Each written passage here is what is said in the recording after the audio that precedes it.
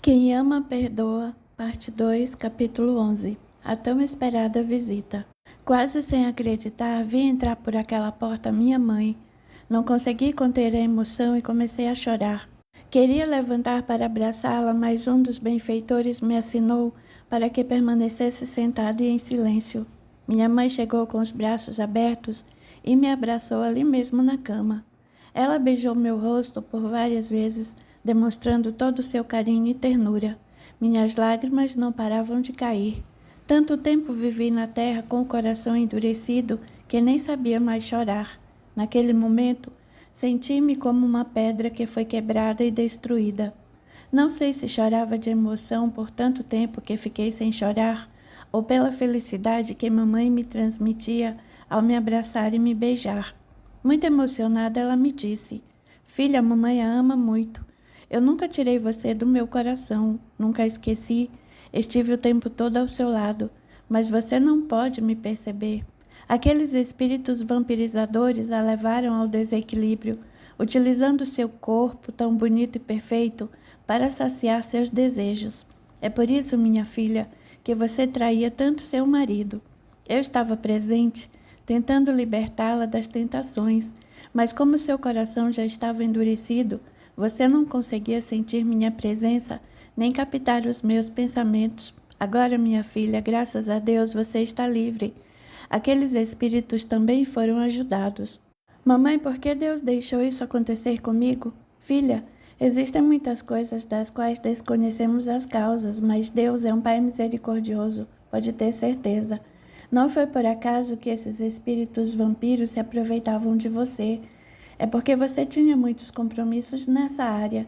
Sei que não é o momento de lhe dizer coisas que você ainda não está preparada para ouvir, mas aqui você está muito bem, minha filha. Deixe o amor divino entrar em seu coração." "Mamãe, eu até gostaria de orar. A senhora me ensinou quando eu era criança, mas não me lembro mais. Passei tanto tempo afastada de Deus." "Não se preocupe, filha.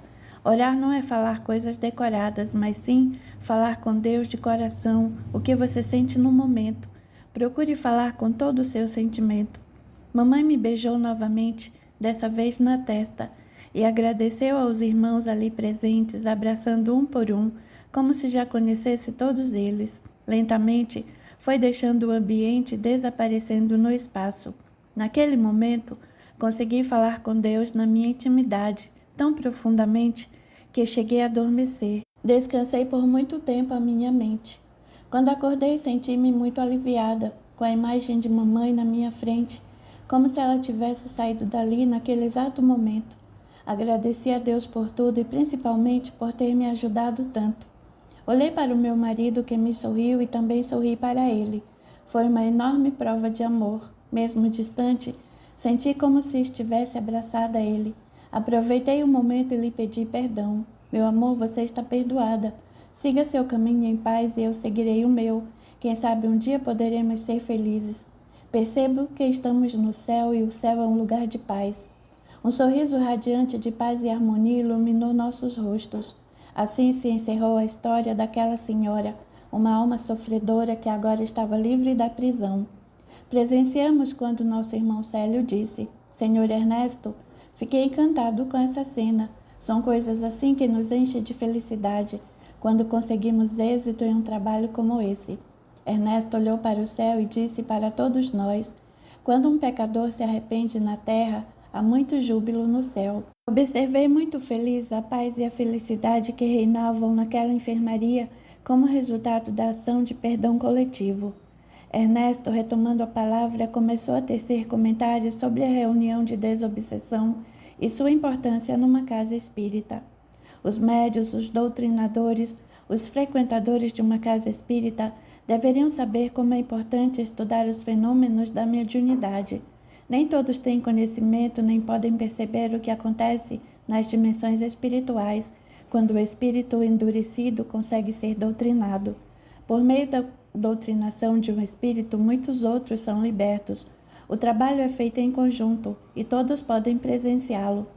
Imagino se fôssemos doutrinar um por um, seria impossível cumprir nossa missão e realizar nosso trabalho. Mas quando o espírito se arrepende, muitos que se encontram na mesma vibração, com os mesmos sentimentos, mas força têm para se libertar. A mesma força que esses irmãos utilizam para aprisionar seus parceiros, para odiar, é a mesma que tem para amar. Quando essa força é direcionada para o amor, sua luz brilha intensamente. Brilhando essa luz, todos saem da escuridão. O amor é a luz que clareia as sombras. É uma luz forte que as trevas não conseguem vencer e que nos dá a liberdade de poder caminhar com segurança. Nesse momento, Celina interferiu e disse: meu irmão Ernesto, se essa vibração dos médios não fosse um conjunto, o que poderia acontecer se somente a metade orasse com fé, ao invés de todo o grupo, como aconteceu aqui hoje? Ernesto respondeu com muita sabedoria: não vou dizer que não íamos conseguir o êxito que obtivemos, mas isso iria requerer muito mais esforço de nossa parte, mais dedicação e um grupo maior de samaritanos. O trabalho seria realizado de qualquer jeito, mas com o sentimento e a vibração dos médios presentes, tivemos uma perfeita sintonia, como acontece numa emissora de rádio que transmite o som limpo, sem nenhum ruído nem interferência. Por isso é importante trabalharmos em conjunto, os encarnados dando o máximo que puderem de si mesmos e nós fazendo nosso esforço e tudo o que estiver ao nosso alcance em favor dos nossos irmãos. O fim daquela reunião mediúnica, sentíamos a emoção que invadiu o coração de todos. Do mesmo modo, quando o trabalhador retorna do trabalho feliz por ter terminado sua empreitada, entregando o serviço ao patrão, recebendo os agradecimentos pelo trabalho bem feito. Naquela energia de muita paz, o empregado vai para casa alegre e feliz. Assim também deve ser o trabalho espírita. O médium tem de ir para casa alegre. Nesse momento em que esteve participando da reunião mediúnica, ele não estava trabalhando para se beneficiar espiritualmente nem financeiramente, mas estava tendo a oportunidade de mais um trabalho na seara de Jesus. Um belo dia, a senhora Marta procurou Ana Maria, que buscava ajuda para seu neto, que passava por uma crise alérgica. Seu corpo se tornara ferida aberta. Ana Maria se compadeceu do sofrimento daquela avó que já havia procurado todos os recursos da medicina para a cura do garoto. Havia recorrido a muitos médicos e não obteve o resultado esperado. Ana Maria, a última esperança que tenho agora é você. É a única que poderá me ajudar. Dona Marta, eu não sei se conseguirei ajudá-la, mas posso levá-la a um lugar onde esperamos ajudar o seu neto. Que lugar é esse? É uma casa espírita. Se puder nos levar ainda hoje a esta casa, ficarei muito feliz. Não suporto mais ver o sofrimento dele. Ana Maria, muito feliz, respondeu: com muito prazer. Às 19 horas sairemos daqui. Chegaram à casa espírita e foram recebidas com muito carinho pelo senhor Jerônimo. E ali começou o tratamento da criança. Em poucos meses, o menino foi curado e assim conseguimos concluir o trabalho daquela noite. Capítulo 12. O desequilíbrio sexual. No dia seguinte, continuamos ouvindo o diálogo de Ana Carolina, que carregava em seu coração muita dor e sofrimento causados pela perturbação do espírito obsessor que a acompanhava.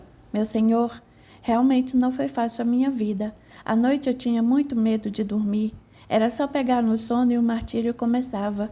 Quase todas as noites aquele homem aparecia, apertava minha garganta e pedia para que eu não gritasse. E só me soltava quando eu perdia todo o ar. Com o passar do tempo, esse homem começou a se deformar. Parecia que seu ódio por mim crescia cada vez mais. Chamava-me de traidora, dizendo que a culpa era toda minha. Muitas vezes eu até queria ficar com ele e sentia sua falta. Era um desejo doentio de ambas as partes. Nesse momento, Célio interferiu o diálogo perguntando: Ernesto, esse caso não é somente uma simples obsessão? Será que nossa irmã já não está passando por um processo de subjugação? Não. Por enquanto é a obsessão em segundo estágio, a fascinação. Mas como uma fascinação? Ela também pensa nele e o chama, atraindo com seus pensamentos. No momento, ele não é somente o obsessor, mas ela também passou a obsediá-lo, porque um sente a falta do outro. Existe um elo muito forte entre os dois. À primeira vista, a obsessão do encarnado sobre o desencarnado pode parecer difícil ou mais rara de acontecer, mas ao contrário é fato comum, já que as criaturas humanas em geral por desconhecimento, vinculam-se obstinadamente aos entes amados que as precederam no túmulo. Quando ele se afastava de mim, eu sentia uma depressão profunda, então eu parava de fazer as preces para tê-lo novamente perto de mim. Ele me punia dessa forma, afastando-se de mim. Mesmo sendo maltratada por ele, eu sentia muito a sua falta. Sabia que havia feito um enorme mal a ele, mas não sabia exatamente o que. Sentia por ele uma mistura de sentimentos, amor, ódio e culpa. Por diversas vezes, aquele espírito aparecia na forma de animais monstruosos para amedrontá-la. Os espíritos pervertidos no crime atuam sobre antigos comparsas, encarnados ou desencarnados, apresentando-os sob a forma animalizada ou mesmo hipnotizando-os, fazendo-os assumir forma de animal, o que na doutrina espírita chamamos de zoantropia. Um de nossos companheiros, que se chamava Marcos, estava tendo naquele momento uma enorme oportunidade de conhecer a influência dos espíritos desencarnados sobre os encarnados. Estávamos conhecendo mais a respeito do processo da obsessão. Marcos, bastante curioso, perguntou a Ernesto: como esse espírito tem tanta força magnética e conhecimento para poder manipular e transformar-se em variadas formas? É um espírito experiente que possui conhecimento na manipulação dos fluidos. Os espíritos que têm essa capacidade de manipular os encarnados dessa forma têm um poder imenso de persuasão, podendo dominar muitas pessoas. Na sua última reencarnação, esse espírito foi prefeito e em seus diversos discursos falava com muito fervor, com voz que tinha magnetismo, e mesmo falando mentiras e enganando as pessoas, elas acreditavam em suas falsidades. Daniel possuía enorme conhecimento, bagagem adquirida em vidas passadas nessa área. Tudo o que adquirimos em relação ao conhecimento nos acompanha, seja o bem ou o mal. Imagine se Daniel, quando encarnado na Terra, utilizasse sua sabedoria e esse magnetismo para ajudar as pessoas. Seria um verdadeiro missionário dedicado aos ensinamentos de Jesus. O conhecimento e a força de manipular o magnetismo são conquistas do espírito. São valores que ninguém consegue tirar, mas a forma pela qual ele utiliza esses valores é de sua total responsabilidade. Por outro lado, a jovem que está passando por essa provação é um espírito que traz consigo uma mediunidade ostensiva. No momento em que ela utilizar sua mediunidade, abrindo as portas para os espíritos superiores por meio da meditação, da oração, do trabalho em favor do próximo e de sua reforma interior, poderá ajudar nosso irmão que sofre tanto quanto ela. Ana Carolina tem 2 pontos muito positivos, que são a perseverança e a dedicação. O trabalho na campanha do quilo ajudará muito. Assim que trocar de sintonia, tendo maior contato conosco, terá mais facilidade para se livrar da obsessão. Ernesto continuou a dizer: podemos observar a dependência que existe entre os dois. Um sente muito a falta do outro. Vivem em perfeita sintonia. O fato de ele aparecer em forma de animal para amedrontá-la mostra que pode assumir a forma que quiser. E quando ela sente fraqueza ao acordar, é porque esse espírito, para fazer suas manifestações físicas, retira o ectoplasma dela, que é médio de efeitos físicos. Com o ectoplasma e o conhecimento que tem, ele pode manipular todos esses fenômenos.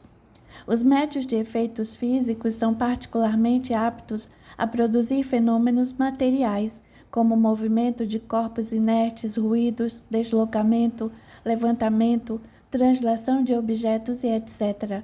Esses fenômenos podem ser espontâneos ou provocados. Em todos os casos, exigem o concurso voluntário ou involuntário de médios dotados de faculdades especiais.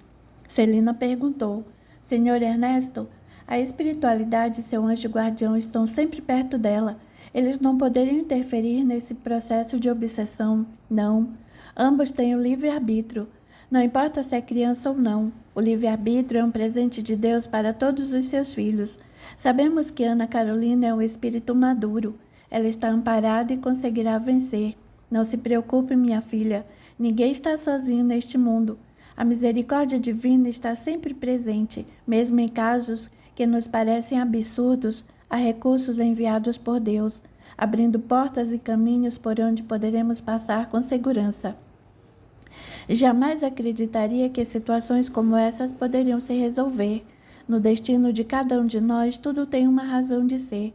Ninguém sofre sem merecer. O sofrimento é uma forma de se livrar de um tormento que poderia ser muito maior. Não ficamos felizes quando quitamos uma dívida, porque quitando a dívida ganhamos liberdade. Assim nossa irmã está cumprindo o seu papel. Sabemos que seu fardo é muito pesado, mas Deus sabe que o momento de ela se livrar desse peso está chegando ao fim. Observe quando Cristo disse: Vinde a mim todos vós que sofreis e que estáis sobrecarregados, e eu vos aliviarei. Tomai meu jugo sobre vós, e aprendei de mim que sou brando e humilde de coração, e encontrareis o repouso de vossas almas, porque meu jugo é suave e meu fardo é leve. Nossos fardos ficam leves quando nos aproximamos de Jesus. Após a fala de Ernesto, Ana Carolina continuou seu diálogo. Não conseguia me alimentar direito porque ele ficava todo o tempo ao meu lado me torturando. Com isso fui acometida por um grave distúrbio estomacal, que depois de algum tempo me impediu de comer normalmente. Fazia somente uma pequena refeição por dia, perdia peso rapidamente e fazia uso constante de medicamentos que não surtiam efeito. Após alguns exames, o médico indicou uma cirurgia, mas graças a Deus fui ajudada antes de ser operada pelo tratamento espiritual que estava realizando na casa espírita, e fui melhorando gradativamente até ficar totalmente curada. À medida que Ernesto falava, reinava no ambiente total silêncio. Todos os que estavam ali repousando naquelas camas confortáveis ficaram em profunda meditação. Sua voz vibrava como se fosse um alto-falante, retransmitindo a todos os cantos do recinto. Cada um recebia de forma diferente, de acordo com seu entendimento, para que ninguém perdesse a orientação que era muito importante para o crescimento de todos. Os samaritanos estavam ali observando o trabalho. Era um momento de aprendizado para todos que estavam na mesma sintonia e em condições de compreender os ensinamentos. A questão da obsessão pode se apresentar de variadas formas. É muito bom quando o obsessor se identifica para o obsediado. O momento mais difícil da obsessão é quando o obsediado não percebe a influência que está sobre ele. Sofre muito mais porque tem dificuldade de buscar ajuda e por não saber se aquele pensamento é dele ou se é interferência espiritual. Ana Carolina tem capacidade de ver e ouvir seu obsessor. Assim poderá entender que está sendo perseguida e terá mais facilidade para buscar ajuda, como está acontecendo neste momento. Continuamos ouvindo o diálogo de Ana Carolina. Senhor Jerônimo, o espírito que me obsediava sempre me lembrava, todas as vezes que você se relacionar com alguém, eu reforçarei minha vingança, não te darei paz. Daniel não deixava que Ana Carolina se relacionasse com ninguém. Havia sempre uma interferência por parte dele na vida sentimental dela. Ele se achava no direito de exigir fidelidade. Observe que uma das maiores infelicidades vividas por Ana Carolina era não conseguir constituir uma família, e ela estava sendo impedida por situações causadas por ela mesma, não nesta vida, mas em uma anterior. Quando teve oportunidade, não foi uma boa mãe nem esposa. Ela agora está sofrendo as consequências dos seus erros. Não podemos perder a oportunidade de fazer o bem. Quando estamos ajudando nossos irmãos, nosso tempo é muito precioso. O envolvimento dela na casa espírita dar-lhe-á conhecimento por meio dos estudos, e com o trabalho que a casa lhe oferece, ela se fortalecerá, superando sua enorme provação. Após as explicações do nosso instrutor, a moça continuou o diálogo. Antes, porém, o entrevistador lhe falou: Filha, tenha fé em Deus. Não perca sua dedicação. Não será fácil para você dar continuidade ao seu tratamento. Muitos obstáculos aparecerão. Ele tentará impedir de todas as formas. Neste momento, tudo depende de você. Você não está sozinha. Tem um amigo espiritual que zela por ti. Quando se sentir sozinha, peça-lhe ajuda. Leia as obras de Allan Kardec. Ouça muitas mensagens de otimismo. Tenho vários CDs de palestras e mensagens que posso lhe dar. Assim poderá ocupar sua mente com novos valores. Isso lhe facilitará a quebra desse elo tão profundo e tão forte que existe entre vocês. O senhor Jerônimo passou para ela mais de 30 vídeos de mensagens, para que ela pudesse refletir sobre tudo o que estava acontecendo. Naquelas mensagens encontraria ensinamentos para o seu crescimento espiritual. Assim, Ana Carolina abria seu coração, falando de seus sentimentos mais íntimos. Comecei a ter um relacionamento mais forte com aquele espírito e passei a sentir muita dependência dele. Tinha contato íntimo com ele e isso estava me fazendo muito mal. O senhor Jerônimo observou que o caso da jovem era bastante complicado. Aproveitamos a oportunidade e fizemos algumas perguntas. Ernesto, o caso de Ana Carolina é de obsessão de desencarnado para encarnado e também de encarnado para desencarnado. Dessa forma, a moça também está obsediando. Se ela está sentindo dependência dele, seus pensamentos podem influenciá-lo, convidando-o para permanecerem juntos. É uma simbiose o que está acontecendo? É quase uma simbiose, meu filho. A obsessão, quando começa, é apenas uma simples influenciação, um pensamento que vem aos poucos se impondo ao receptor, o qual passa a ser influenciado e começa a admitir e aceitar a ideia. À medida que essa sintonia vai se fortalecendo, esse elo que une um ao outro também se fortalece, transformando-se em fascinação que funciona como uma corrente que passa a prender um ao outro. No caso desse casal, podemos observar que há um laço afetivo muito forte de ambas as partes, transformando essa situação num processo de fascinação e vício, onde um sente muito a falta do outro, por mais que a presença seja desgastante. Você já observou que há vários casais que brigam o tempo todo, mas no relacionamento íntimo são parceiros perfeitos? Eles se dão muito bem, mas no dia a dia a vida é um tormento. Para que a harmonia possa nascer nesses lares, é preciso buscar o entendimento com humildade. O que causa maior sofrimento aos casais da terra é o orgulho. Poucas pessoas aceitam ser tocadas em suas feridas, e os atritos se tornam maiores para os cônjuges. Achando-se superiores uns aos outros, julgam que o outro não tem o direito de errar, somente vê seu próprio lado. O pior de tudo é quando essa pessoa não reconhece seu próprio erro. Ela é uma boa para cobrar, mas é péssima pagadora. Enquanto não entrar no lar a humildade, o entendimento de que todos nós somos espíritos falidos e estamos sujeitos a errar, o desequilíbrio existirá. Mas é importante que reconheçamos nossos erros. Muitos sofrem quando erram. Muitas vezes não é porque erraram, mas por ficar a descoberto suas fraquezas e seus erros. Se ninguém soubesse, eles não se importariam, mas não conseguem se perdoar em razão do orgulho e da vaidade. É um sentimento doentio que leva a uma falsa superioridade. Assim a jovem Ana Carolina continuou seu comentário. À noite, durante meu sono, aquele espírito vinha furioso e me falava: "Você será para sempre somente minha e me carregará para o resto da vida."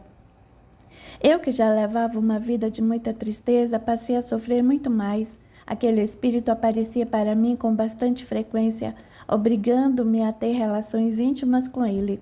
Nesse instante, o entrevistador interferiu e disse: "Ana Carolina, eu reconheço que sua dor é muito grande, mas Deus e os benfeitores espirituais são muito maiores e continuarão amparando e auxiliando-a sempre.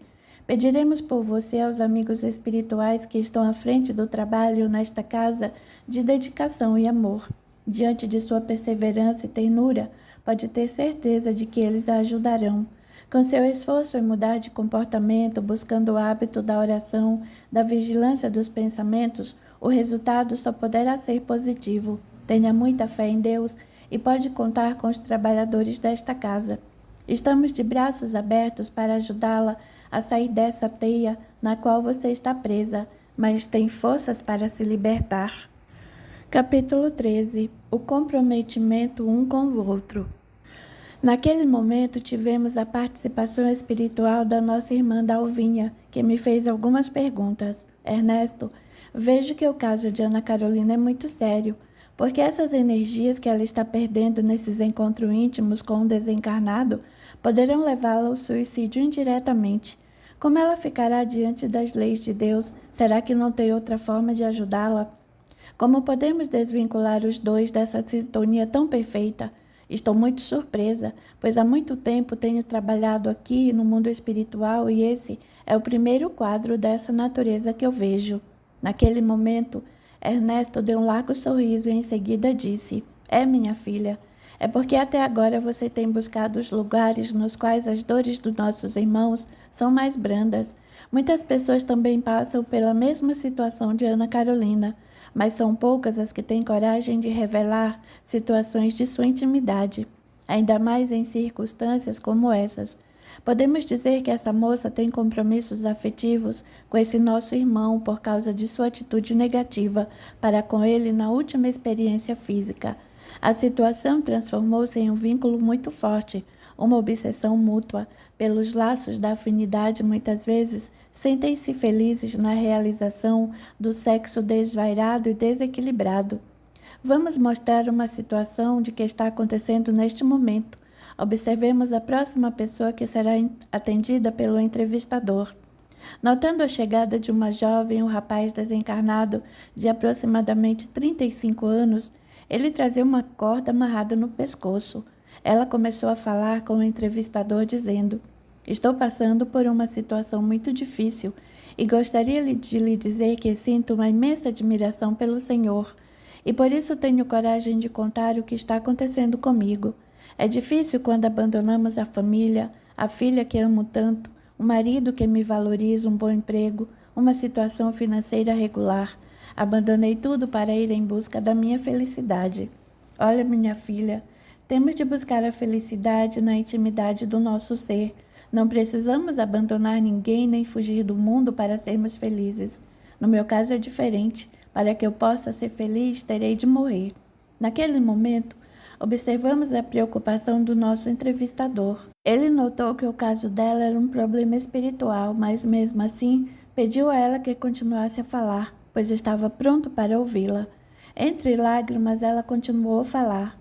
"Tenho um obsessor que tem se manifestado nas reuniões mediúnicas por meio da minha mediunidade, e tenho sofrido muito porque ele me culpa por sua morte. Por minha causa, ele amarrou uma corda em seu pescoço, prendeu-o em uma ponte e pulou. Seu pescoço foi arrancado nesse gesto tresloucado, que pôs fim à sua vida física. Ele pensava que se livraria de tudo, mas em seguida pôde perceber que era impossível se matar. Ele me culpa de tê-lo levado ao suicídio. Todos os dias acordo com uma angústia profunda, coração apertado e nada para mim está bom. Será que realmente existe alma gêmea?" Nosso entrevistador disse: "Filha, você quer saber se existem almas afins? Muitos são felizes a se reencontrar na vida. Há almas com uma forte afinidade. Devem trabalhar juntas para o bem em favor do semelhante, tornando-se assim uma fonte de águas cristalinas que dessedenta os que delas se beneficiam. Se os dois estiverem dispostos a trabalhar na seara de Jesus em benefício do próximo, um ajudando o outro, poderão crescer espalhando muitos frutos de amor e alegria.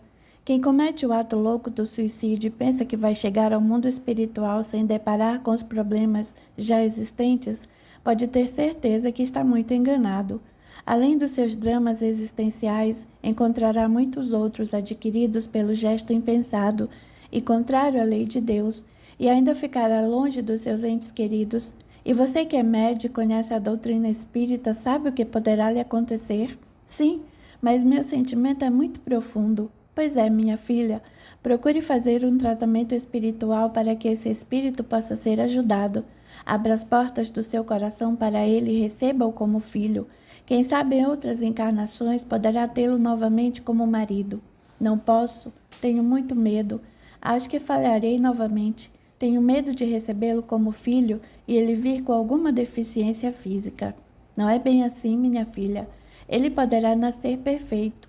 Tudo acontece de acordo com o merecimento e a necessidade de cada um. Você poderá pedir a Deus e aos amigos espirituais que cuidem dele para você. Diga-lhe que se ele a perdoar, você o aceitará como filho, tendo uma nova oportunidade de estarem juntos. Nas próximas experiências físicas, se ele quiser e a espiritualidade permitir, poderá voltar como sua esposa. Nessa oportunidade estarão mais preparados e fortalecidos nos propósitos divinos. É preciso recomeçar. Não podemos mais perder essa chance. Não tenha medo. Os amigos espirituais estão ao seu lado. Continue ajudando a doutrina espírita e tudo será diferente. Não perca a fé em Deus por nada. Há muitas pessoas que sofrem mais do que nós e mesmo assim estão felizes. Isso nos mostra que a felicidade não é externa, mas interna. Célio, que ouvia calado nesse momento, perguntou: Ernesto, sabemos que ela já tem conhecimento de tudo isso que o entrevistador está dizendo, porque ela ainda continua pensando em abandonar a família e destruir a própria vida física. Meu filho, você pode observar que o conhecimento ajuda, mas somente a prática, a dedicação e o esforço na reforma íntima é que transforma o ser humano. Depois dessa transformação moral, teremos condições de passar por qualquer crise emocional. Não vamos dizer que as lembranças do passado se apagarão, mas o espírito, estando reformado, se entregará cada vez mais ao trabalho em favor do próximo. Fazer o bem é o melhor remédio para combater o mal.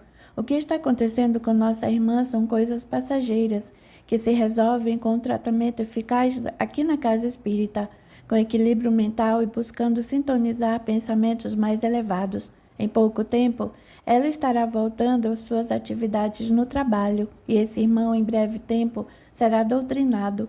No momento, podemos dizer que ele está prestes a compreender que o melhor de tudo é perdoar. A mágoa que os prendeu um ao outro será vencida pelo perdão, quando ela, de coração aberto, se oferecer para recebê-lo como filho. Aguardávamos o início do trabalho daquela noite. Ana Carolina chegou para continuar seu diálogo com o senhor Jerônimo. Observaremos agora o que ela tinha ainda para falar. Na Igreja Católica, não tive coragem de contar minha história, porque pensei que não acreditariam em mim. Eu fui à igreja evangélica que me disseram que aquilo era o demônio. Nesse momento, Ernesto interveio dizendo aos espíritos que estavam naquela casa espírita realizando o tratamento espiritual: esse é o nosso maior problema. Temos de lutar muito para vencê-lo na terra. Se esses irmãos evangélicos compreendessem que estão interferindo na vida de nossa irmã e que esse obsessor é alguém que amou muito neste mundo e confiou nela, certamente abordariam a questão de outra maneira. Daniel foi traído por Ana Carolina e agora se sente no direito de cobrar o que ela lhe deve. Entenderiam então que a alma é imortal e que os espíritos convivem com os seres humanos. Espíritos como Daniel têm muito conhecimento na área do magnetismo e plena consciência de que já desencarnou. O poder de persuasão que esse tipo de espírito tem é muito forte. Ao serem expulsos como se fossem demônios, dão largas risadas, pois sabem que não são nada disso. São espíritos que trazem muita inteligência em sua bagagem espiritual. O problema é que eles usam essa inteligência para o mal. Assim sabemos do passado de Daniel, como foi relatado em alguns capítulos anteriores. Ele é um espírito que tem uma bagagem muito grande na área do conhecimento. Infelizmente, nessas igrejas, a expulsão de espíritos como Daniel não dá nenhum resultado. Eles não percebem em nenhum momento que se trata de uma obsessão. O que pode acontecer para o afastamento do obsessor é a elevação espiritual do obsediado, buscando a reforma íntima, a prece, a calma, a tolerância, o amor ao semelhante e dedicação à sua transformação moral. Isso realmente dará muito resultado. Às vezes, um espírito é afastado não porque foi levado a um templo religioso, mas pela transformação moral do obsediado. Celina fez uma pergunta ao nosso amigo Ernesto. O senhor não acha que a nossa irmã já sofreu demais, a contar pelo tempo que esse processo vem se arrastando? Pelo que vejo, o obsessor a acompanha há quase 30 anos. Realmente, minha filha, mas entendemos que apesar do processo obsessivo pelo qual ela está passando aqui na Terra, pode-se dizer que no momento ela se encontra numa situação bem melhor que logo após a desencarnação dos dois, tempos em que ambos permaneceram juntos, nas regiões umbralinas, em um processo violento por mais de 5 anos. Houve a interferência divina mediante o pedido do espírito amigo que a protege, seu anjo guardião Samuel, que continua a protegê-la nesta encarnação. Podemos observar que a reencarnação dela foi pela misericórdia divina. Não tinha como escondê-la do obsessor, que continuava interferindo, porque existiam vínculos muito fortes de ambas as partes. Veja o quadro do passado desses dois personagens que você possa compreender melhor o sofrimento. O elo tão profundo entre eles criou raízes muito resistentes. Naquele momento, todos os que estavam no auditório estudando o caso de Ana Carolina ouviram a história, que servia como lição para muitos dos personagens que ali se encontravam que estavam vivendo um processo obsessivo, semelhante àquele. Eles estavam desencarnados e precisavam romper os vínculos do passado por meio do perdão, para que o processo obsessivo não se arrastasse na próxima encarnação, como estava acontecendo com Ana Carolina. Apareceram no telão que estava na parede atrás do nosso irmão Ernesto, que tinha mais ou menos 5 metros de altura por 30 de comprimento, cenas da vida de Ana Carolina enquanto ela estava encarnada como esposa de Daniel Marques. Passamos a observar o grande amor que aquele homem sentia por aquela linda mulher.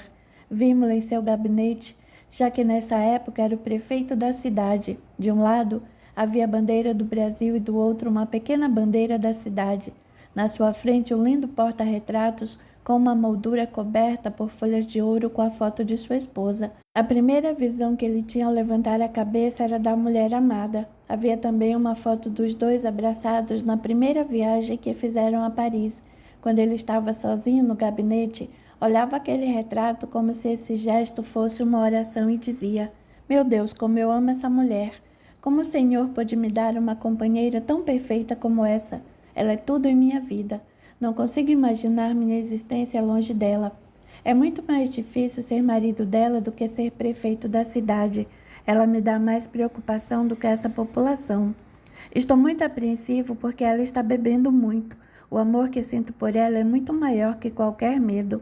Ele começava a pensar naquela situação difícil e, de repente, fechava o gabinete da prefeitura e chamava o motorista para tirar o carro da garagem. As cenas eram mostradas como em um filme. Vimos quando ele saiu da prefeitura e foi direto para casa. Chegando lá, encontrou a esposa deitada em um colchão de ar na imensa piscina, com as mãos estendidas para dentro da água. De vez em quando, pegava um copo de água e jogava sobre seu corpo. Realmente, era muito linda. Tinha um corpo perfeito, causava inveja nas outras mulheres. Ele ficou observando por alguns minutos sem incomodá-la, só apreciando. Em silêncio, tirou a roupa e se jogou na água, e aos beijos e abraços trocaram juras de amor. A diferença de idade entre eles no início do casamento não interferia muito no relacionamento dos dois, já que ele tinha o dobro da idade dela. Todos os pedidos que ela fazia a ele eram atendidos na mesma hora. Nada o impedia de cumprir os desejos de sua esposa. Ele deixava tudo para trás e situações importantes que deveriam ser resolvidas na prefeitura eram adiadas por causa de Ana Carolina. A prioridade do prefeito era atender sua amada, que era seu grande tesouro. Ele cobria a mulher de joias, ouro e poder. Ana Carolina, não sabendo lidar com a situação, deixou-se levar pela ilusão e começou a brotar em seu coração a vaidade, o orgulho, a cobiça e também o preconceito, e ela se afastou de sua família. Não tinha coragem de ir à vila onde sua família morava e abandonou sua mãe, seu pai e seus irmãos, que viviam em uma imensa pobreza. Em pouco tempo, ela já não tinha mais nenhum contato com eles. Sua vida era viajar pelo país e também para o exterior, aproveitando o conforto que adquirira com o casamento. O casal viajava com muita frequência, às vezes de 15 em 15 dias. O prefeito ficava mais tempo fora do que atendendo a população. Como tudo na vida passa, aquela sensação de prazer que o luxo proporcionava também passou, caindo na rotina. Ana Carolina começou a sentir um imenso vazio na alma, e para preencher esse espaço bebia e fumava ainda mais. Em alguns momentos de melancolia e tristeza, sentia saudades da mãe, mas não queria ir àquele vilarejo por achar que a primeira-dama da cidade não poderia ir a lugares tão miseráveis. Ana Carolina se sentia uma mulher da alta sociedade. Nas festas, todos ficavam encantados quando ela chegava. As pessoas geralmente costumam preencher com vícios o vazio existencial. Ela fumava e bebia bastante. Os espíritos que ficavam perambulando pelas ruas da cidade à procura de companheiros começaram a interferir em sua vida, bebendo e fumando junto com ela, iniciando um processo de vampirização, ação pela qual aqueles espíritos menos evoluídos, arraigados às paixões inferiores, imantam a organização psicofísica dos encarnados para sugar a substância vital. Toda forma de vampirismo está vinculada à mente deficitária, ociosa ou inerte, ajustada às sugestões inferiores, que a exploram sem defensiva. Eram espíritos também desequilibrados na área sexual e, além de envolvê-la nos vícios da bebida e do fumo, levaram-na ao desequilíbrio na área sexual e ela passou a arranjar vários amantes. Quanto mais fazia sexo, mais necessidade sentia de fazer. Podia-se observar que a paixão do seu marido era tão grande que ele ficou cego diante da situação. Ele fazia de tudo para não perceber aquela circunstância. Não queria acreditar que sua mulher o traía. Afastava-se das pessoas que o aconselhavam, tentando abrir seus olhos. Não aceitava conselhos de ninguém. Assim podemos observar como acontece a destruição de um lar, como já foi narrado em capítulos anteriores. Nesta nova encarnação, ela tem somente um obsessor. Em sua encarnação passada eram 12. Olhando por esse lado, houve um grande progresso em sua vida.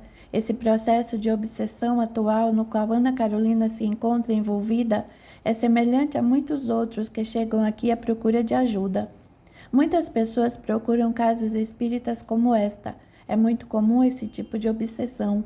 Sabemos que são poucos os obsediados que têm coragem de chegar e relatar o fato da forma como está acontecendo, porque já trazem consigo ameaças do próprio obsessor e, além disso, sentem-se envergonhados. São pessoas que trazem muita culpa e expor o que estão sentindo é muito difícil para elas. Se fizermos uma pesquisa em nosso planeta Terra sobre casos de obsessão, ficaremos abismados com o enorme número de pessoas que estão passando por essa situação. Em sua última encarnação, Ana Carolina casou-se com Daniel Marques por interesse financeiro. E tinha medo de perder aquele luxo, por isso engravidou, pensando somente em garantir seu futuro. O filho nasceu, mas ela desprezava a criança e, para piorar, o menino era muito parecido com o pai. Assim, Daniel Júnior foi crescendo totalmente desprezado por sua mãe. Assim que se tornou adolescente, passou a se envolver com más companhias, transformando-se em usuário de drogas. Ana Carolina não se importava com os problemas do filho e atribuía todas as responsabilidades aos empregados. Daniel e Ana Carolina tinham muito dinheiro, mas a família não era bem estruturada. Até que uma grande tragédia aconteceu. O filho adolescente do casal foi assassinado com um tiro na cabeça. Daniel não conseguiu suportar a terrível dor e acabou cometendo um ato insano. Suicidou-se com uma corda no pescoço. O filho e o esposo de Ana Carolina foram velados juntos. Ana Carolina foi expulsa do velório pela família e por amigos de seu marido. A partir de então, as pessoas passaram a julgá-la, chamando-a de assassina do próprio filho e do marido. Ela foi desprezada até por sua própria família, que ela já havia esquecido. Ana Carolina ficou naquela mansão com muito dinheiro, porém solitária. Assim, ela começou a se arrepender. Daniel, chegando ao mundo espiritual, bateu de frente com a dor e o arrependimento. Reconheceu que a vida continuava e a morte não existia, e, tentando isentar-se da responsabilidade do seu ato tresloucado, jogou toda a culpa em Ana. O seu ódio era imenso. Daniel via e revia a cena cruel que antecedeu sua desgraça. Ele viu o cemitério e os 2 corpos sendo velados, o dele e o de seu filho ao mesmo tempo. Este fato ficou marcado em seu ser espiritual. Cada vez que revia essas cenas, culpava Ana Carolina. Assim alimentava cada vez mais seu ódio, perturbando mentalmente Ana. Ela não percebia sua presença, mas recebia todas as suas influências. Ela sentia constantemente a presença dele ao seu lado e via em sonhos, acusando-a de traidor e afirmando que ela pagaria por todo aquele sofrimento. Além de suportar aquela perseguição acirrada, o remorso não lhe dava tréguas. Ana Carolina ficou doente e foi internada em um manicômio como louca, e um tratamento feito com choques elétricos a levou a desencarnar por uma parada cardíaca. Observamos o silêncio total no ambiente. Cada um daqueles que ali se encontravam também trazia em seu coração as mesmas dificuldades na área do perdão diante dos erros tenebrosos do passado. Se todos os que estão na terra conhecessem a doutrina dos anjos guardiões, que está citada em O Livro dos Espíritos. Capítulo 14. As maiores dificuldades, o ciúme e o orgulho. Todos os que estavam ali presentes ouviram embevecidos aquelas maravilhosas lições. Até mesmo os que haviam acabado de chegar das regiões umbralinas já estavam em melhores condições. Era possível notar a fé e a confiança dos nossos irmãos obsediados e obsessores, e também ver que começavam a brotar em seus corações o sentimento de perdão e o desejo de mudança. Na atmosfera do ambiente, a alegria era visível em todos os rostos, e tudo isso modificava a paisagem. O salão foi se iluminando, todos estavam atraídos pelos bons pensamentos. Era o começo de um importante trabalho de doutrinação. Um enorme número de espíritos havia sido trazido das regiões umbralinas para serem amparados nessa casa transitória, onde receberiam o socorro e a orientação dos benfeitores espirituais. Esses irmãos agora poderiam frequentar escolas bem preparadas, com bons instrutores, trazendo ensinamentos para que todos pudessem aprender o valor do perdão. Como nos perdoar e a importância do perdão em nossa vida. Era um momento de recomeçar, libertando-se daquela prisão. Cada uma das escolas tinha um nome diferente. Aquele era o imenso parque universitário, a Universidade do Espírito. Cada um frequentaria o curso especializado que o ajudaria a vencer seus maiores dificuldades. Entre todos os problemas, os mais difíceis de ser tratados são a mágoa e o ciúme. A mágoa é um sentimento que caminha na contramão, enquanto o perdão é um sentimento que caminha para a frente. O ciúme é filho do egoísmo, e o ciumento não tem liberdade. Vive preso à sua vítima quando a transforma em sua prisioneira. Não consegue pensar em mais nada, a não ser em vigiar aquele em que perdeu a confiança. Transforma-se em um ser humano frágil e doente da alma. A pessoa ciumenta fecha os olhos e os ouvidos para o mundo, vendo somente aquela que mantém como uma presa, considerando-a parte de sua vida. Sente-se incapaz de viver sem ela, perde o sentimento de autoestima. A vida do ciumento é uma verdadeira tortura.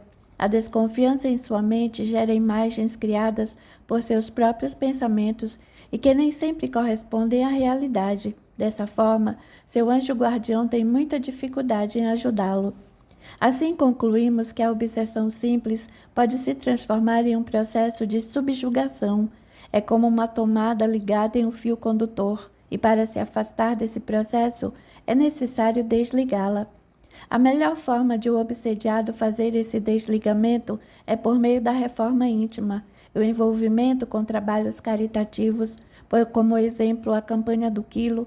Enquanto os encarnados na tarefa da campanha do quilo estão levando a mensagem e pedindo a ajuda do pão material, despertando nas pessoas o sentimento de solidariedade, nós espíritos também temos nosso trabalho juntamente com a equipe encarnada, visitando esses lares e recolhendo os espíritos sofredores que aceitam nossa ajuda, levando-os para os hospitais ou escolas de aprendizado existentes aqui nas dimensões espirituais.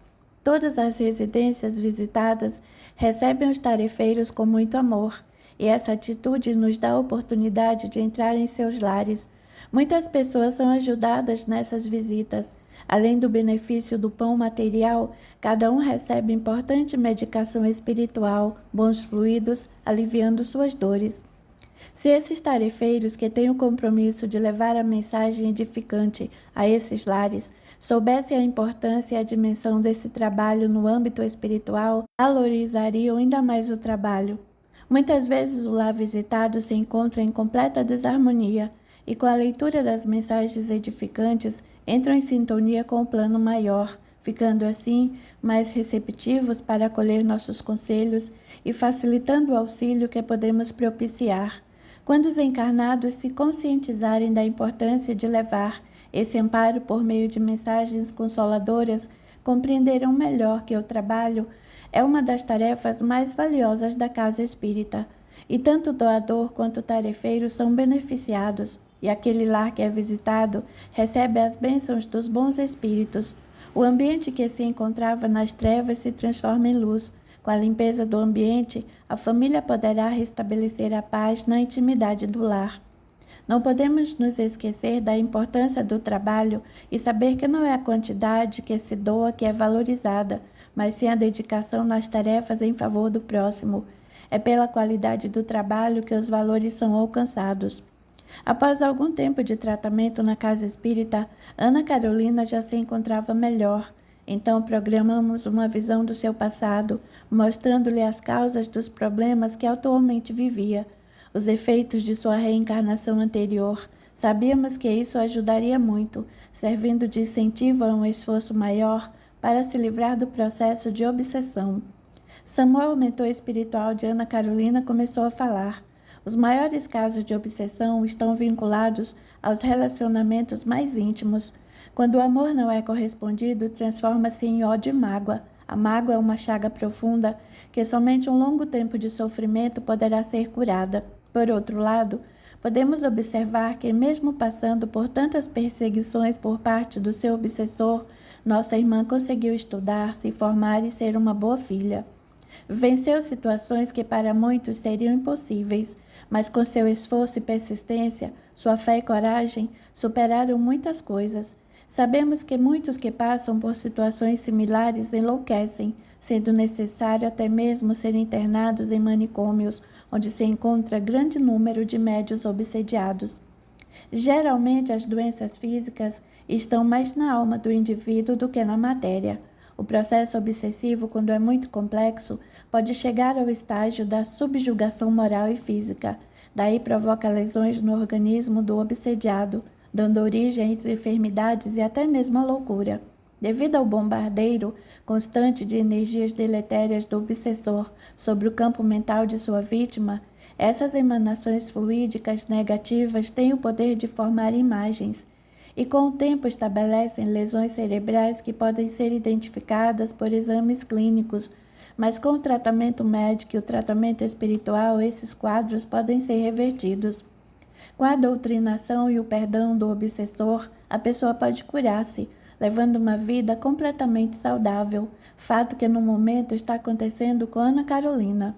Vamos refletir mais um pouco. Sem o trabalho em benefício do próximo e o esforço na vigilância constante, por meio da prece e do autocontrole emocional, fica muito difícil livrar-se de um processo obsessivo.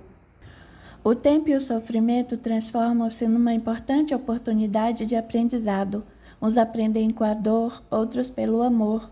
O amor não é uma conquista que vem de graça. Ele vem da luta do dia a dia, do esforço individual de cada um, da perseverança no trabalho da caridade. Vem da nossa mudança interior, conquistando importantes valores, como a simplicidade, a humildade e a aceitação da vida conforme os desígnios de Deus. Valorizar as pequenas ações do dia a dia, nunca perder a oportunidade de servir, entendendo que somos muito pequenos diante de Deus. Enquanto o homem viver com egoísmo e vaidade, em disputas com seus adversários, será impossível estabelecer entre si harmonia, não poderá conhecer a verdadeira paz, a paz que o nosso Mestre Jesus nos prometeu quando disse: Eu vos dou a minha paz, a paz que o mundo não vos pode dar. Capítulo 15. A maior oportunidade da vida, a felicidade.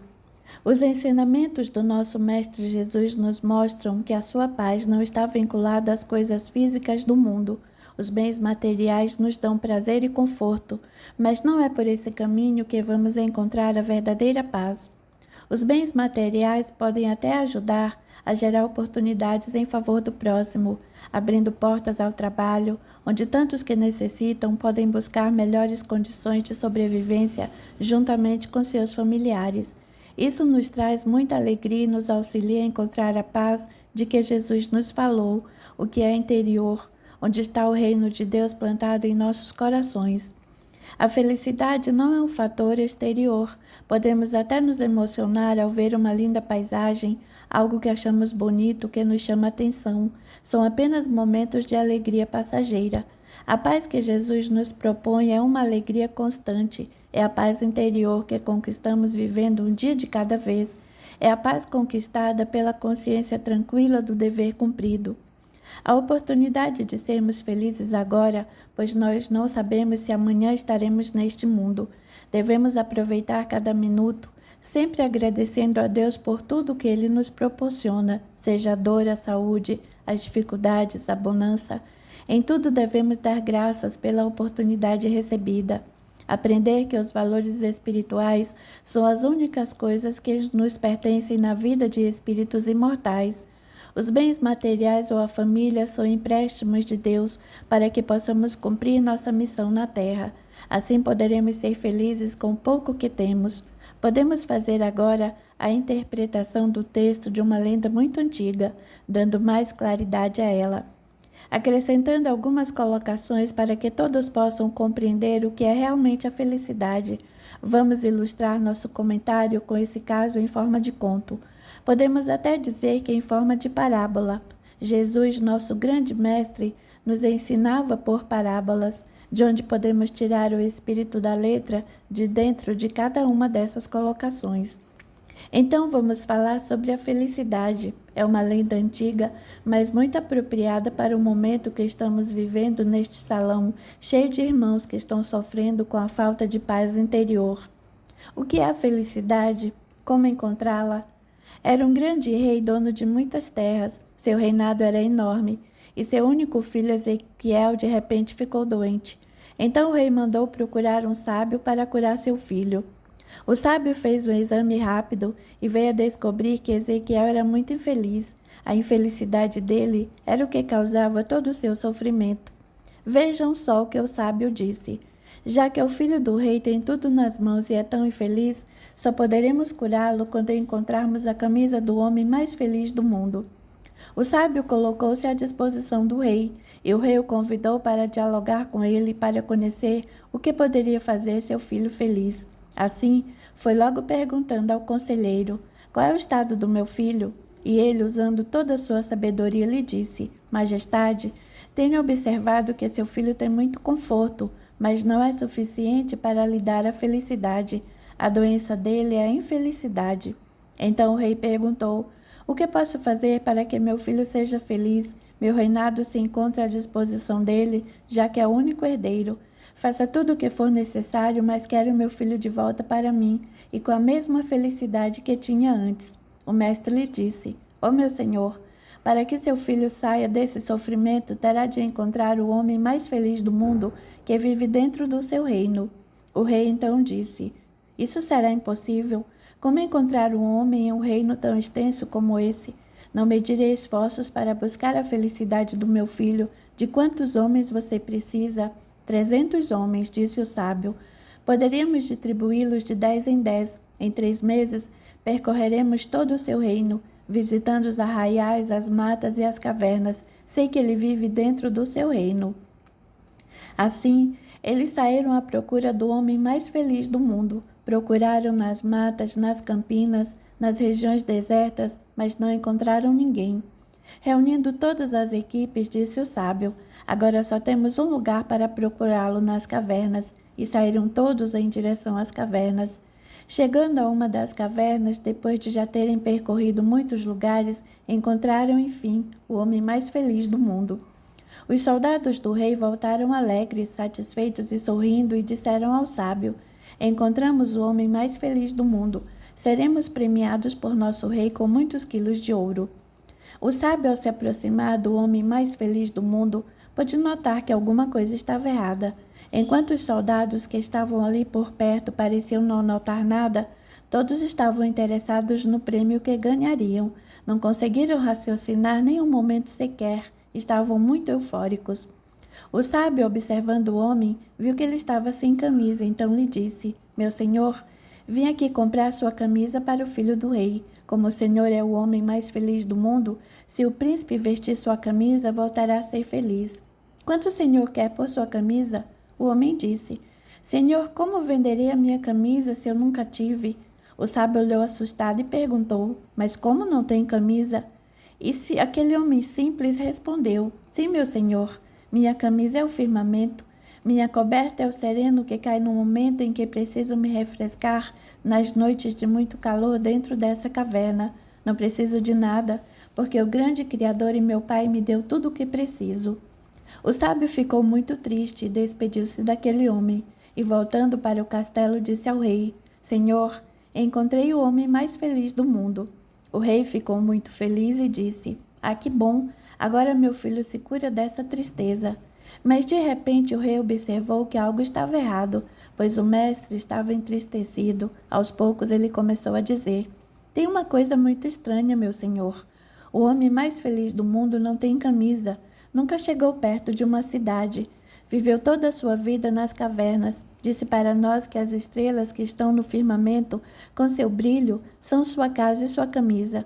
Sua coberta é o sereno que cai no momento em que precisa se refrescar nas noites de muito calor. O rei ficou meditando e pensando sobre aquilo. Uns minutos depois, mandou chamar seu filho e disse a ele: Meu filho, encontrei a cura para sua tristeza. Somente o homem mais feliz do mundo poderia lhe devolver a felicidade, mas ele nem sequer tem uma camisa para vestir, e você tem este reino com todo o conforto e traz em si mesmo tanta infelicidade. O filho olhou para o pai e respondeu: Papai, talvez seja porque eu nunca estive fora do seu reino e a felicidade pode não estar aqui. O rei disse um pouco nervoso: Você está doido? Aqui você tem todo o conforto, lá fora só tem miséria, sofrimento e enfermidades. Mendigos que passam pedindo esmolas e crianças abandonadas nas pequenas vilas. As pessoas vivem em contato com fezes, vários tipos de epidemias os devoram. O príncipe respondeu: Papai, talvez eu seja feliz cuidando desse povo. Deixe-me ir pelo menos para tentar. Quem sabe o convívio com essas pessoas miseráveis possa me devolver a felicidade. Assim saberei valorizar mais o conforto que o Senhor me oferece. Talvez, conhecendo o sofrimento dos outros, entenderei que há pessoas inferiores a mim e que mesmo assim são felizes. Assim poderei compreender melhor o que é a felicidade.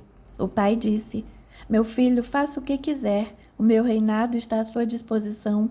Pagarei qualquer preço para devolver sua alegria, sua felicidade. O jovem rapaz olhou para seu pai e disse: Meu pai, preciso de algumas carroças e animais e alguns dos seus servos. Encheremos as carroças de alimentos para distribuir entre esses irmãos tão decaídos e tão necessitados. O rei disse: Para devolver sua felicidade, farei tudo o que puder. Pode pegar alguns grãos, tenho certeza de que isso não fará falta no nosso reino. Os campos estão muito férteis. Este ano teremos uma grande colheita. Assim o jovem príncipe saiu levando várias carroças cheias de trigo. Chegando a um lugar distante do reinado, pôde presenciar a miséria total nas pequenas vilas que se estendiam em volta do grande império. Crianças muito pobres viviam em total infortúnio. O jovem Ezequiel desceu de sua carroça e segurou as mãos daquelas crianças famintas e maltratadas, sem preconceito e nem orgulho. Foi distribuindo os alimentos e as mães se enfileiravam para recebê-los. Por onde o jovem passava, a alegria era total. Dessa forma, ele pôde ajudar os habitantes daquelas pobres vilas. Não demorou muito tempo para que Ezequiel se tornasse o homem mais feliz daquele reino, porque colocou seus bens materiais à disposição dos necessitados. Por isso que Jesus disse: Porque tive fome e me destes de comer, tive sede e me destes de beber, era estrangeiro e me hospedastes. Só poderemos ser felizes agindo com fraternidade e caridade. A benevolência nos aproxima de Deus, enquanto o orgulho e o ódio nos distanciam do nosso Pai Celestial. No fim da explanação do amigo espiritual de Ana Carolina, podíamos observar no ambiente espiritual que muitos dos que estavam ali presentes choravam, e os obsessores abraçavam seus obsediados. Eles pediam perdão ao outro como se fosse uma reconciliação coletiva.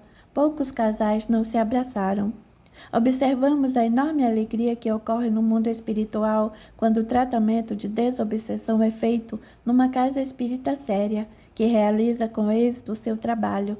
Com a doutrinação de um encarnado, podemos doutrinar até 100 casais desencarnados. Nosso trabalho tem sido muito favorecido. Se os médiuns levassem a sério sua missão na Terra, se pudessem compreender e tivessem uma visão melhor do trabalho que é feito nas dimensões espirituais, em todas as reuniões que ocorrem com equilíbrio, aproveitariam muito mais essa oportunidade. A mediunidade é uma faculdade que Deus empresta ao homem, para que por meio dela possa evoluir, livrando-se de muitos sofrimentos que poderiam ocorrer em sua vida atual, quitando muitos débitos por meio da caridade, auxiliando os desencarnados. Muitas comunicações que acontecem nas reuniões mediúnicas são de espíritos vinculados a karmas ou dívidas antigas de um passado tenebroso. Hoje eles têm a oportunidade de se desabafar por intermédio da comunicação com os médiuns. Vamos aproveitar o momento e continuar ouvindo a narração de Ana Carolina. É muito bom ouvir o seu desabafo e o que ela passou também serve de aprendizado para todos nós. Assim, ela continuou falando do seu sofrimento, de tudo o que viveu ao lado do espírito obsessor, que foi seu marido em encarnação passada. O meu obsessor ordenava que outros espíritos sofredores me acompanhassem, dizendo que eu poderia ajudá-los a sair da situação em que se encontravam. Naquele momento, Célio já não estava mais aguentando de tanta curiosidade e pediu a palavra. Ernesto, não sei se posso interferir com perguntas em relação aos fatos que estão sendo narrados por nossa irmã, mas como as cenas foram repetidas outras vezes em seu diálogo, gostaria que desse uma pausa e respondesse a alguns questionamentos que me chamaram muito a atenção. No caso de Ana Carolina, no momento em que ela é levada em desdobramento a lugares e situações onde se encontram espíritos aprisionados e seu obsessor tenta fazer com que ela os ajude, não crê o Senhor que com essa atitude ele esteja interferindo no livre-arbítrio de nossa irmã? Será que ela já está passando por um processo de subjugação espiritual, quando o espírito já não tem controle sobre si mesmo fora do corpo físico? Não, meu filho. Nossa irmã ainda é livre para agir por si mesma. Não podemos pensar que ela é um espírito que se entregou completamente à vontade do seu obsessor. Ela traz em sua bagagem evolutiva muitos conhecimentos, muitas vezes é firme em suas decisões e tem coragem de enfrentá-lo. Ana Carolina não consegue se libertar dessa obsessão porque traz em seu subconsciente muita culpa em relação ao seu marido desde a sua vida anterior. Geralmente, toda pessoa que deve reconhece sua culpa quando está na frente do devedor, sente que não tem poder para lutar, sente-se inferior àquele que ainda não conseguiu perdoá-la. Nossa irmã traz um remorso profundo em sua alma. Como pais, Daniel e Ana Carolina fracassaram, deixaram o papel de educar o único filho para os empregados, e quando o filho os procurava, a única coisa que ofereciam eram bens materiais. Assim, Daniel Júnior cresceu vendo seu pai o tempo todo, preocupado com política e sua mãe com excesso de vaidade. Com a vida bastante atribulada, sem orientação de seus pais, acabou se envolvendo com as drogas. Ele saía todas as noites com o incentivo da mãe que dizia: "Meu filho, aproveite a vida, que é muito boa, mas é passageira.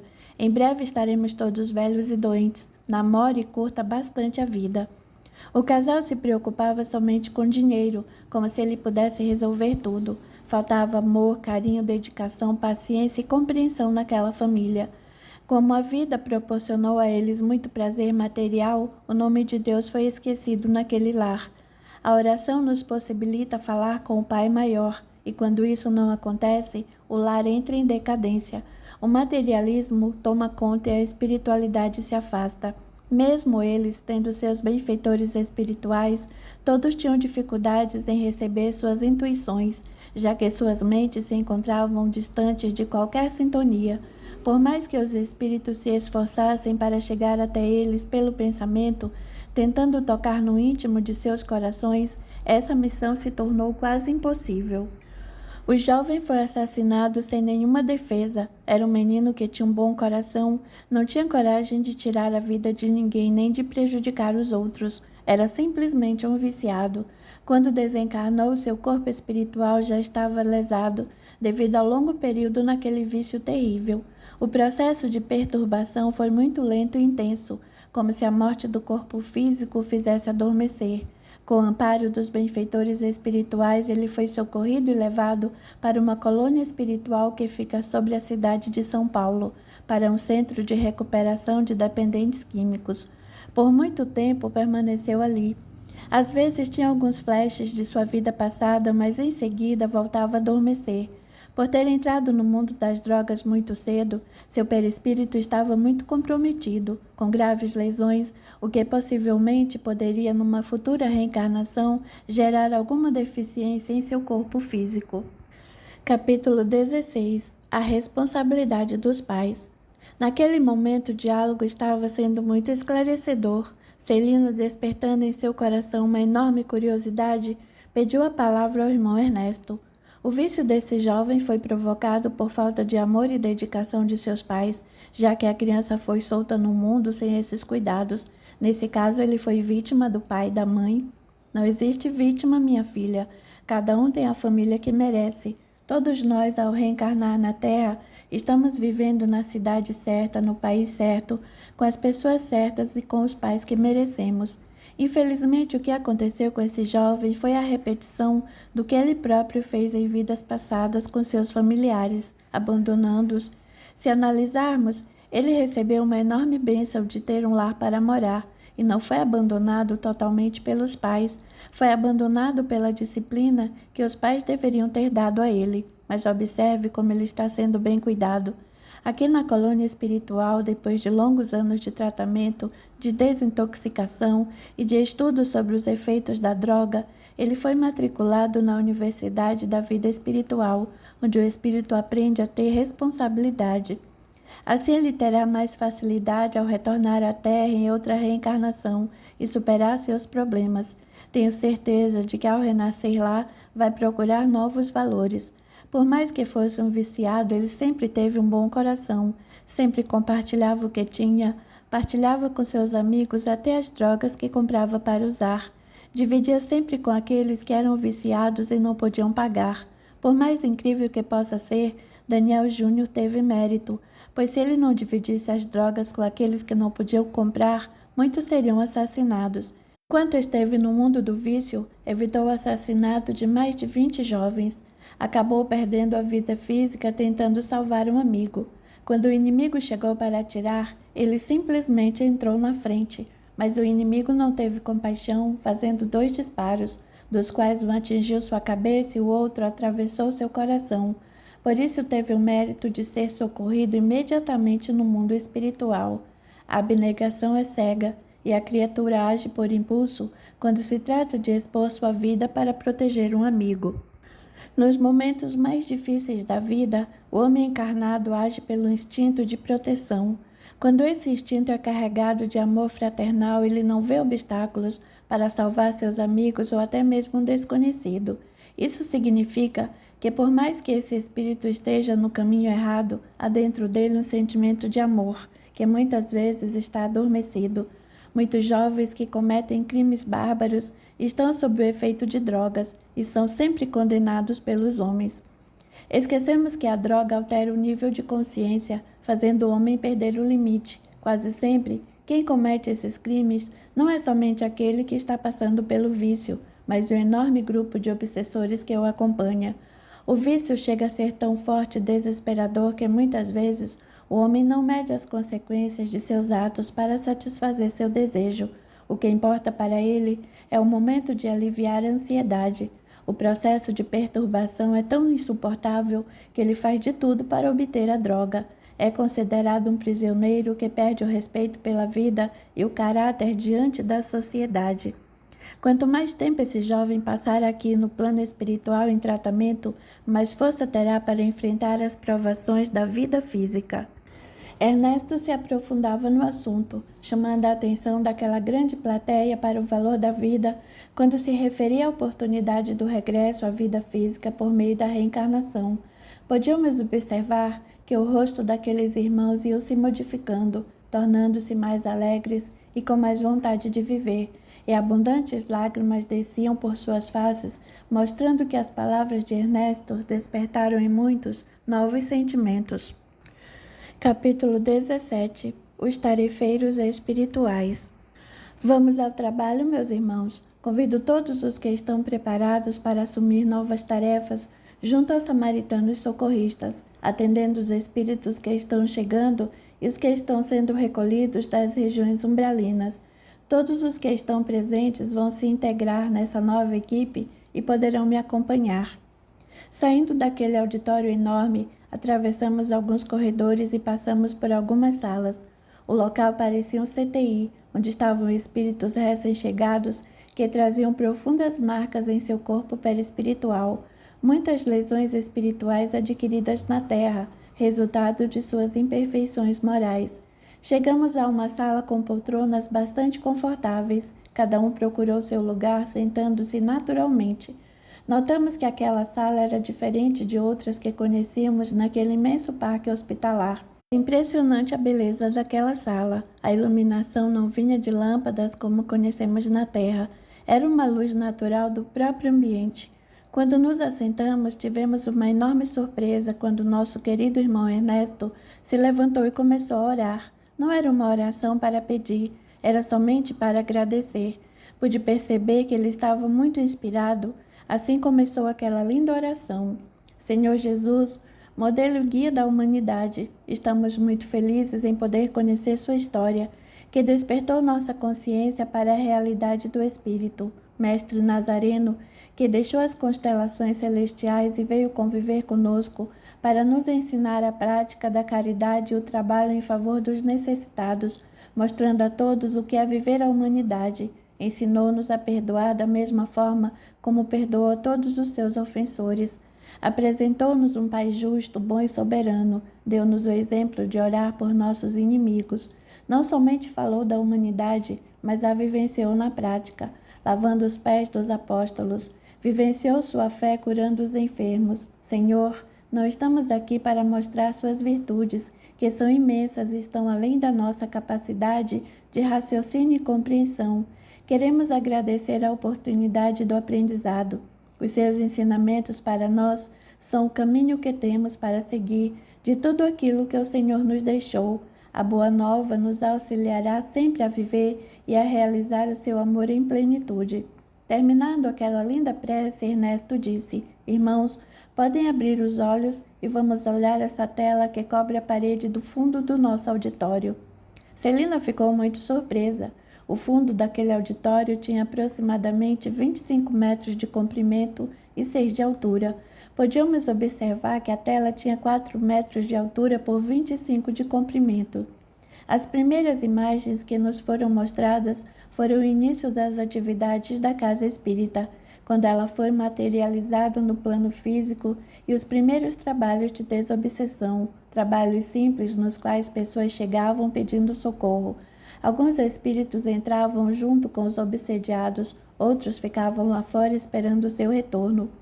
Depois de tantas cenas que presenciamos, uma nos chamou bastante atenção. Uma senhora jovem, com pouco tempo de casada, entrou carregando um filhinho no colo, que tinha aproximadamente uns 6 meses de vida. Desesperada e pedindo ajuda, procurou o orientador que fazia triagem no atendimento fraternal. Nós aprendemos que até por meio do mal Deus projeta o bem. Para o entendimento de muitos encarnados, o obsediado é a vítima.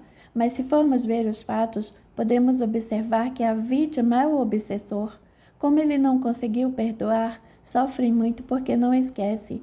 Carrega a dor e a mágoa no coração como uma terrível chaga. É por isso que o ódio entre o obsessor e o obsediado não diminui, só aumenta. Somente a transformação moral é capaz de amenizar a situação, assim como o conhecimento das causas das leis divinas. Ninguém sofre sem merecer. O dia em que o obsessor conseguir compreender essa verdade pelo esclarecimento, terá forças e disposição para perdoar, ou pelo menos deixar que as leis divinas resolvam por ele. Temos trabalhado muito com o obsessor dessa criança e aos poucos notamos sua recuperação. Já está aceitando nossa ajuda e adquirindo força para se libertar dessa perseguição doentia. Sabemos que isso no processo obsessivo é um bom começo. Voltemos ao caso de Ana Carolina. Ernesto falou para Celina: hoje na reunião de desobsessão teremos a comunicação do seu obsessor. Os amigos espirituais estão preparando para se comunicar por intermédio dela mesma. Não podemos levar todos vocês, pois o ambiente não comporta grande número de alunos. Selecione apenas 12 para nos acompanhar. Ernesto, nós podemos interferir nesse quadro, nessa relação tempestuosa que causou tanto sofrimento ao casal Ana Carolina e Daniel? Indagou Célio. Meu filho, a curiosidade é muito importante quando o assunto traz algo para o aprendizado. Aqui no momento, rever as cenas do passado desse casal vai ser uma oportunidade de ensinamento para muitas pessoas que vivem o mesmo drama. Muitas vezes, revendo essas cenas, é como se estivessem fazendo o processo de regressão. Ninguém erra sozinho. Celina convidou a todos os que estavam presentes para participar da reunião. Entramos no auditório, que cabia mais de 300 pessoas. Sabíamos que seria muito importante a realização daquele trabalho. Rapidamente o salão estava lotado, com todas as cadeiras ocupadas. Nem todos os que estavam ali viviam o mesmo processo obsessivo. Alguns vivenciavam uma situação de mágoa que não conseguiram perdoar, mas todos os casos eram relacionados a algum tipo de traição. Muitos não buscaram a vingança, mas mesmo assim carregavam uma marca no coração que somente muito amor e carinho poderiam apagar. Nesse tempo, enquanto esperávamos, aproveitamos para fazer os convidados falar de assuntos relacionados ao perdão e à reencarnação. Compreender melhor que a vida na Terra é cheia de ilusão e que a vida espiritual é a verdadeira vida. Assim tivemos a oportunidade de ouvir a primeira palestra de Célio. Meus filhos, a reencarnação é a grande oportunidade que Deus dá aos seus filhos para se redimir dos erros do passado e desenvolver cada vez mais sua inteligência. Imagine se não houvesse a reencarnação, onde estaria a oportunidade de adquirir novos conhecimentos. Como ficaria a questão daqueles que nascem e vivem na Terra sem passar por nenhuma dificuldade, enquanto outros vivem como escravos? Como ficariam aquelas pessoas que nascem passando pela prova da cegueira, tendo uma longa existência sem conhecer a luz do sol nem a beleza das flores? Será que Deus é injusto? Não, jamais. Deus é um Pai de amor e bondade. A mesma oportunidade que dá a um dá a todos. Se alguém está passando por provações dolorosas, pode ter certeza de que não foi Deus quem determinou para ele esse destino. Isso faz parte de suas próprias escolhas. É o resultado de suas ações erradas. Agora é o momento de assumir a responsabilidade por tudo que foi feito em desacordo com as leis divinas. A vida é uma bênção de Deus e somos responsáveis por esse tesouro. Agradeço a todos por esta oportunidade na qual pude falar um pouco mais sobre a reencarnação. E passou então a palavra ao nosso coordenador geral. Enquanto isso, nossa personagem repousava na terra em seu leito. Em espírito, ela pôde visitar as dimensões espirituais para continuar nosso trabalho de reconciliação, que contava com a presença de Ana Carolina e Daniel. Sejam muito bem-vindos, meus irmãos. Estamos muito felizes com a presença de vocês. Reconhecemos que o perdão é uma grande virtude que precisamos alcançar na Terra. Por outro lado, a maior importância do perdão é dar liberdade a quem perdoa, pois o indivíduo magoado sofre muito. Todas as vezes que pensa na cobrança, lembra-se do momento em que foi ferido. Fica parado no tempo e não consegue ser feliz. Estamos aqui com os dois personagens que agora têm todo o direito de se manifestarem.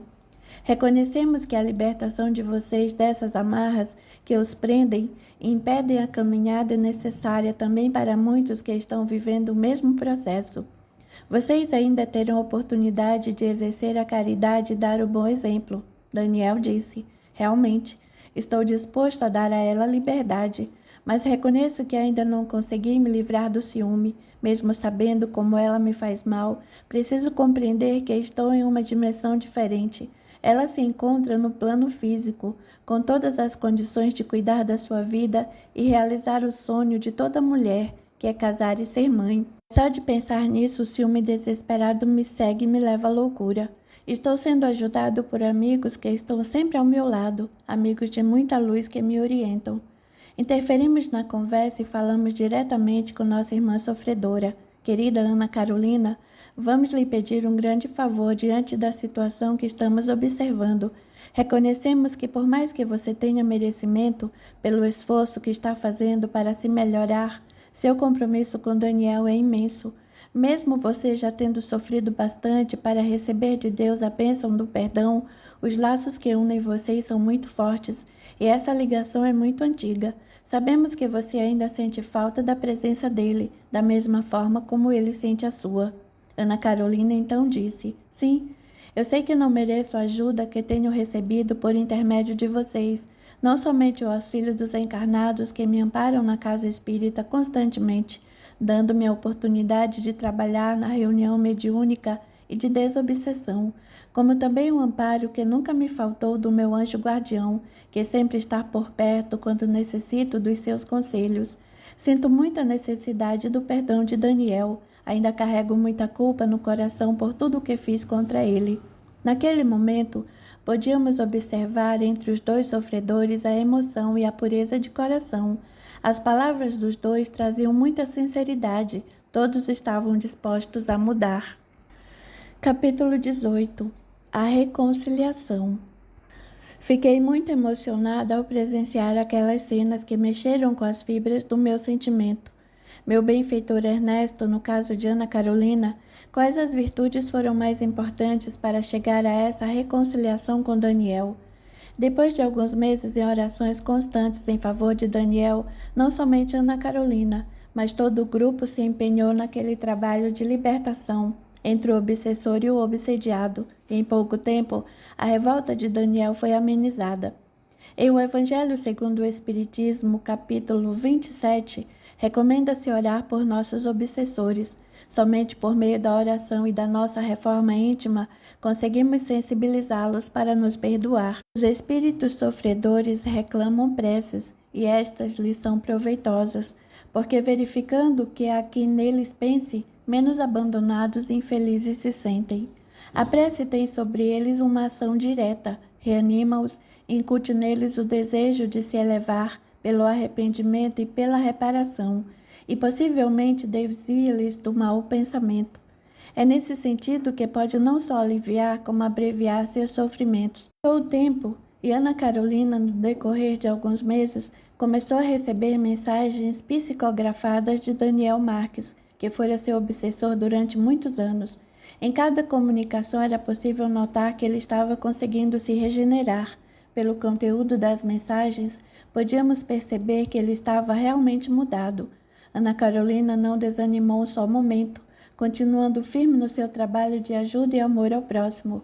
Nas reuniões mediúnicas, ela passou a receber muitos espíritos sofredores que vivenciavam situações semelhantes e às vezes até piores que a dela.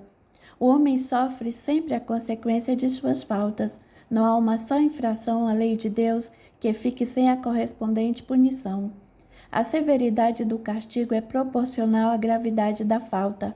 Indeterminada é a duração do castigo para qualquer falta. Fica subordinada ao arrependimento do culpado e ao seu retorno à senda do bem. A pena dura tanto quanto a obstinação no mal. Seria perpétua, se perpétua fosse a obstinação. Dura pouco, se pronto é o arrependimento. Desde que o culpado clame por misericórdia, Deus o ouve e lhe concede a esperança, mas não basta o simples pesar pelo mal causado. É necessária a reparação, pelo que o culpado se vê submetido às novas provas, em que pode sempre, por sua livre vontade, praticar o bem, reparando o mal que haja feito. O homem é assim, constantemente, o árbitro de sua própria sorte. Pertence-lhe abreviar ou prolongar indefinidamente o seu suplício. A sua felicidade ou a sua desgraça dependem da vontade que tenha de praticar o bem. Mesmo arrependido, Daniel Marques, o antigo prefeito e o esposo apaixonado de Ana Carolina, ainda passava por muitas dificuldades de aceitação, em razão do longo tempo de alienação ao lado dela que durou muitos anos. Na atualidade, ela está com mais de 28 anos e nesta encarnação o processo obsessivo começou aos 2 anos de idade. Esse processo doloroso agora está chegando ao fim. Muitas vezes ele trazia mensagens lindas e sinceras, o que nos deixava muito felizes. Daniel estava se esforçando bastante para fazer sua transformação, mas ainda sentia muita falta dela, que também estava fazendo tremendo esforço, e foi exatamente isso que o contaminou. O carrasco do passado escrevia por intermédio de Ana Carolina mensagens de agradecimento por tudo o que estávamos fazendo por ele. Foram as preces dos componentes do grupo da reunião de desobsessão que recorriam à ação em favor de ambos. Em uma reunião mediúnica, Daniel trouxe uma mensagem com as seguintes palavras: quero agradecer a todos pela grande ajuda que estão me dando por meio das orações e desta escola bendita, onde estou tendo a oportunidade de conhecer Jesus, esse que para mim era desconhecido, pelo menos da forma pela qual o Espiritismo nos apresenta. Um Jesus que ama e perdoa e que dá oportunidade a todos aqueles que queiram se redimir das suas faltas. Estou compreendendo um pouco da doutrina espírita e, diante dessa compreensão, sinto-me forte para me libertar da minha amada Ana Carolina, a quem me sinto preso desde muitas reencarnações. No fim da nossa última existência, passamos muitos anos nas regiões dolorosas, até que um dia eu a perdi de vista e continuei inutilmente procurando-a, mas não encontrei. Muito tempo depois, a encontrei dentro do corpo de uma criança com 2 anos de idade. Naquele momento, senti-me muito feliz e continuei vivendo ao lado dela, causando sofrimento a toda a família. Mas hoje estou aqui para agradecer a todos pelas orações e pela paciência que tiveram comigo durante esse longo tempo que por aqui passei. Enquanto ela buscava sua transformação moral, eu continuava a persegui-la, impedindo-a de ser feliz. Queria tê-la só para mim. Agora me sinto liberto, sabendo que ela tem de continuar sua vida e eu tenho de continuar a minha. Nesse educandário divino, estou na escola da oração. O que mais me ajudou a fazer minha transformação foi estudar sobre o poder da prece. Dessa forma, aprendi a orar e, por meio da oração, hoje já me sinto liberto das algemas do passado. Senhor Ernesto, como é importante ouvir falar da prece, mas em que situação ela tem mais poder? A resposta veio em uma passagem do Evangelho segundo o Espiritismo. Está no pensamento o poder da prece, que por nada depende nem das palavras, nem do lugar, nem do momento em que seja feita. Pode-se, portanto, orar em toda parte, a qualquer hora, a sós ou em comum. A influência do lugar ou do tempo só se faz sentir nas circunstâncias que favoreçam o recolhimento. A prece em comum tem ação mais poderosa, quando todos os que oram se associam de coração ao mesmo pensamento e colimam o mesmo objetivo, porquanto é como se muitos clamassem juntos e em uníssono. Mas que importa seja grande o número de pessoas reunidas para orar, se cada um atua isoladamente por conta própria? 100 pessoas juntas podem orar como egoístas, enquanto 2 ou 3 ligadas por uma mesma aspiração orarão quais verdadeiros irmãos em Deus, e mais força terá a prece que lhe dirijam do que as das 100 outras. O Evangelho segundo o Espiritismo.